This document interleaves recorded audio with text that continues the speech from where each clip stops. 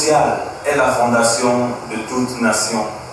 L'éducation et la santé en sont la clé de voûte. L'occasion faisant le larron, nous sommes le 5 octobre, jour de célébration des Seigneurs de la Crète. Cette journée, cette 30e édition s'articulera autour d'un thème fort évocateur, à savoir valoriser la voix de la profession enseignante vers un nouveau contrat social pour l'éducation. Et pour en parler justement, nous avons avec nous deux personnes, deux enseignants, deux seigneurs de la Crète. Oui, ces personnes-là pour qui la Crète n'a plus de secret. Monsieur Armand Kassam-Kemayo, bonjour et bienvenue dans ce studio. Ces studios qui ont été décorés par les mains experts des techniciens de l'UTEP qui sont d'ailleurs notre partenaire. Et surtout, bonne fête. Bonjour Monsieur Djibril et merci de me donner encore une fois de plus la parole. Alors ce jour est un jour très important pour moi parce que je suis enseignant de, nous pourrons dire de vocation. Madame Yourou Vadel, bonjour. Bonjour Monsieur Djibril. Comment vous sentez-vous en un jour pareil? En ce jour du 5 octobre, je me sens fière de moi. Je suis fière de célébrer le 5 octobre parce que c'est une journée consacrée entièrement aux enseignants. Alors, Monsieur Armand Katam, quelle est la compréhension, quelle est l'analyse que vous faites de ce thème?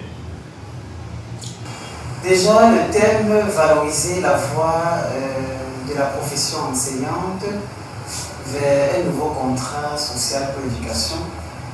Lorsque j'ai vu ce thème, j'ai été très ému. J'ai même dit l'UNESCO a lu dans mon esprit parce que ce thème est tellement évocateur.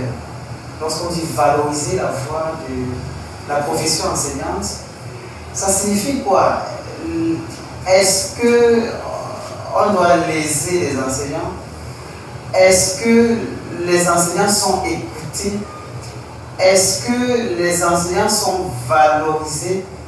En quelque sorte, ce thème nous interpelle sur la profession enseignante, sur la place de l'enseignant au sein de notre société actuelle. Sortir en quelque sorte certaines zones d'ombre, puisque l'enseignant n'était plus celui-là qu'on a connu avant. Ce thème vient en quelque sorte dévoiler le vrai visage de l'enseignant, celui-là qui a été toujours lésé. Les enseignants sont au cœur de l'éducation et doivent être aussi au cœur des décisions sur l'éducation. Avec le temps, je pense que plusieurs vont suivre cette profession et on aura moins d'enseignants. Voilà. Déjà, le phénomène de l'OTS, ceux-ci revendiquaient ce qui est de droit. Parce que les enseignants ont besoin des avancements, les enseignants ont besoin de l'augmentation des salaires, etc., etc. Malgré le fait que les revendications portées par vos confrères réunis autour du groupement OTS n'ont pas été prises en compte, nous remarquons que vous continuez à vaquer à vos occupations. Vous êtes toujours dans des salles de classe à transmettre votre savoir à cette jeunesse. Quel est le message que vous voulez faire passer? Si je continue d'aller dans les salles de classe, par vocation, par amour pour mon métier, malgré la mauvaise rémunération, c'est également parce que je suis parent. Déjà, le message derrière tout ceci, c'est que les autorités doivent prendre en main leurs responsabilités. Si nous continuons à vaquer à nos occupations d'enseignants, c'est pour leur dire que nous avons aimé la profession et que nous continuerons toujours à soutenir ces enfants, espérant qu'ils essayent de résoudre ce problème. Bonjour Njombe Peja TV, merci pour la parole que vous avez bien voulu me donner en cette journée du 5 octobre 2024. C'est un honneur de participer à votre plateau. Vous l'avez dit tantôt, j'aurais dû être présent, mais les circonstances n'ont pas permis. Malgré cela, je vous remercie pour la question. Tout d'abord, il faut noter que Le thème de cette année est fort évocateur dans la mesure où l'année qui s'est achevée, l'année scolaire qui s'est achevée a été jonchée de plusieurs revendications corporatistes des enseignants. Il y en a eu OTS 1, on a eu OTS 2, on a eu OTA. Beaucoup de revendications ont eu lieu.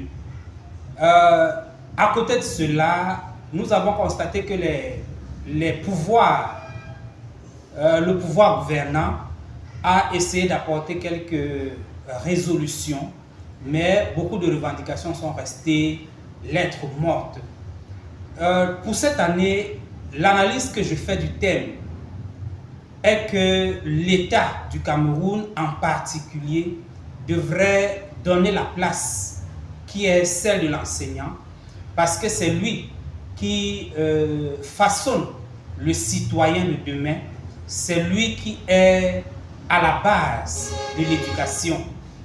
Mais toutefois, l'enseignant est comme entre l'enclume et le marteau en même temps, parce qu'il n'est pas seulement enseignant, beaucoup sont aussi parents. Il est très difficile pour un enseignant d'abandonner sa salle de classe, sachant que son enfant à lui se trouve aussi ailleurs dans une autre salle de classe. Lorsqu'on regarde les deux sous-systèmes éducatifs camerounais, on se rend compte qu'on est dans deux Camerouns différents. Peut-être, je ne vous l'apprends pas, Madame le ministre des Enseignements secondaires, il y a quelques jours, a sorti un décret qui stipule que désormais, il n'y a plus de délibération pendant les examens francophones. On prendra des candidats qui ont 10 sur 20. À partir de 10 sur 20, il n'y aura plus de délibération. Cela montre en quelque sorte une forme d'harmonisation entre les différents examens. Les sous-systèmes anglophones et francophones se distinguent sur plusieurs aspects. Tout d'abord, il faut noter que chez les anglophones, le candidat, l'élève, a la possibilité dès la classe de Form 3 de choisir sa spécialité, s'il est littéraire ou scientifique. Pourtant, chez les francophones, on a un choix à 3 niveaux. En 4e, il va choisir les langues. En 3e, il va choisir sa série. En seconde, il va encore choisir entre 2 séries scientifiques, la C ou la D. Ça fait déjà beaucoup de choix qui parfois ne portent pas, qui parfois ne sont pas pertinents. Parce qu'un enfant qui a commencé en 4e allemand par exemple, et qui finit par faire la seconde C, à quoi lui aura servi la langue qu'il a choisie en 4e? Ensuite, nous constatons que le probatoire, qui est un examen francophone, n'existe pas chez les anglophones, ce qui fait une sorte de dichotomie à ce niveau de la première, si tant est que 2 élèves de la première doivent présenter un concours administratif au Cameroun qui requiert le probatoire. Alors, le candidat anglophone sera défavorisé parce qu'il présentera forcément cet examen avec son GCE Advanced Level, c'est-à-dire qu'il aura 1 an de plus par rapport au candidat francophone. Pour finir, c'est vrai que les différences sont énormes, hein, mais nous allons nous arrêter sur celles qui crèvent à l'œil. Pour finir donc, dans le sous-système anglophone, lorsque les examens sont terminés, toutes les copies de tous les candidats du Cameroun sont corrigées à un seul endroit. Précisément, soit Boya, soit Limbe ou Bamenda. Pourtant, chez les francophones, les examens se corrigent sur tout l'étendue du territoire. Cela fait que souvent, les notes délibératives qu'on peut prendre dans la zone de Yabassi ne sont pas les mêmes qu'on prendra dans la zone de Yaoundé. C'est peut-être les raisons pour lesquelles Madame le ministre est sortie pour mettre cette plateforme, pour donner cette commune mesure par rapport à la note qui va donner droit à un certificat aux candidats francophones désormais. Moi, je pense que le passage de l'OPO à l'APC est une erreur de la part du ministère des enseignements secondaires. Parce qu'aujourd'hui, nous voyons les élèves de 3e qui ne parviennent pas à faire une bonne production écrite. Les élèves de 3e qui ne parviennent pas à avoir ne serait-ce que 2 sur 20 entités. Je pense à mon humble avis que cette approche a tué le système éducatif, a tué l'académique. Ce qu'ils ont rédigé, ils avaient besoin d'une correction. Mais lorsque je lis, dès l'entame de la demande, je vois « Bonjour monsieur le directeur de la société, si je vous écris, c'est pour le stage. » Je me pose la question de savoir où est-ce qu'on va avec ce niveau de l'APC. Pour moi, il faut qu'on supprime l'APC.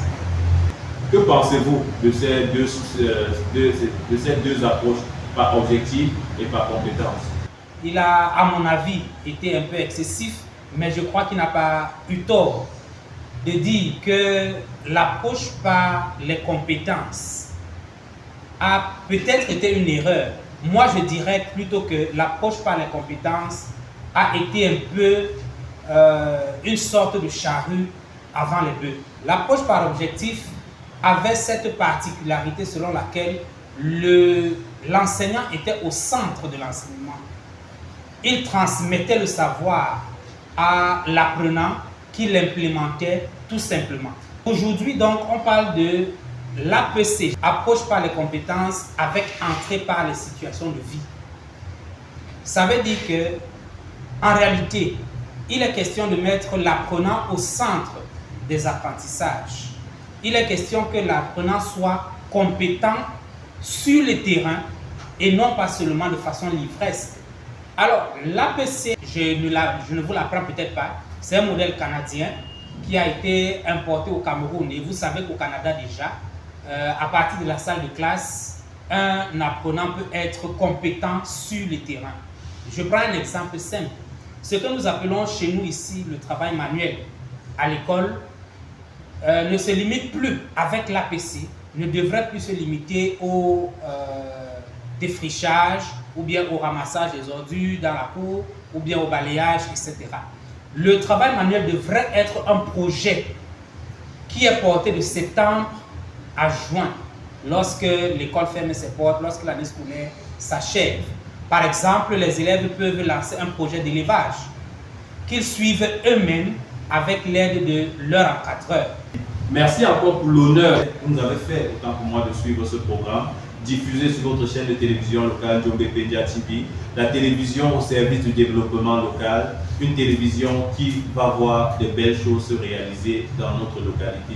Aujourd'hui, 5 octobre 2024, nous parlions de la condition de l'enseignant, tout autour d'un thème, je le lis encore, valoriser la voix de la profession enseignante vers un nouveau contrat social pour l'éducation. Alors que l'enseignant reste et demeurera d'ailleurs la fondation solide sur laquelle toute nation devrait se bâtir, alors que l'enseignant reste dans notre pays, dans notre contexte, dans une situation, je vais appeler inconfortable, ces seigneurs de la terre, tant bien que mal, ont accepté de porter ce fardeau sur le dos, ont accepté de transmettre leur savoir à nos enfants, à cette jeunesse qui, l'a-t-on dit, est le fer de lance de la nation. Dans notre arrondissement Djombe Pédia, nous avons des jeunes qualifiés, des jeunes professionnels qui ont une vision, celle de faire grandir cette localité. Un frère à moi, je vais le citer, a l'habitude de dire que de grandes choses attendent cette localité. Gabriel Etia, pour ne pas le citer, je pense que c'est un visionnaire et nous avons cette même vision. Très chers amis téléspectateurs, nous vous disons merci d'avoir été présents avec nous derrière votre petit écran à regarder ce programme spécial. Cette émission spéciale a été réalisée par M. Bekondo Moïse, PDG du groupe UTEC. La prise de vue et de son ont été laissées à la charge de M. Gabriel Etia, celui sans qui vous ne serez pas en train de nous regarder. Nous disons une fois de plus merci à tous nos invités, M. Kaka Maman, merci. Madame Youro Padel, nous vous disons merci, c'est un honneur. Et à M. Lyota qui est à la maison, nous pensons qu'il est déjà couché, il se fait tard. Merci et surtout bon rétablissement. À vous qui vous nous regardez, je vais dire un mot aux enseignants. Que cette journée ne soit pas seulement l'occasion de festoyer, de boire et s'oublier, que ce soit une occasion pour vous, pour nous, parents, enseignants, puisque les parents sont des enseignants également, de marquer un temps d'arrêt, analyser la situation de l'enseignant dans notre localité, dans notre pays, et de se projeter vers l'avenir. Nous avons dit de grandes choses attendent cette localité. Nous vous disons merci. Portez-vous bien. Je suis Djibril Rostan Gouanon, votre humble serviteur. À bientôt.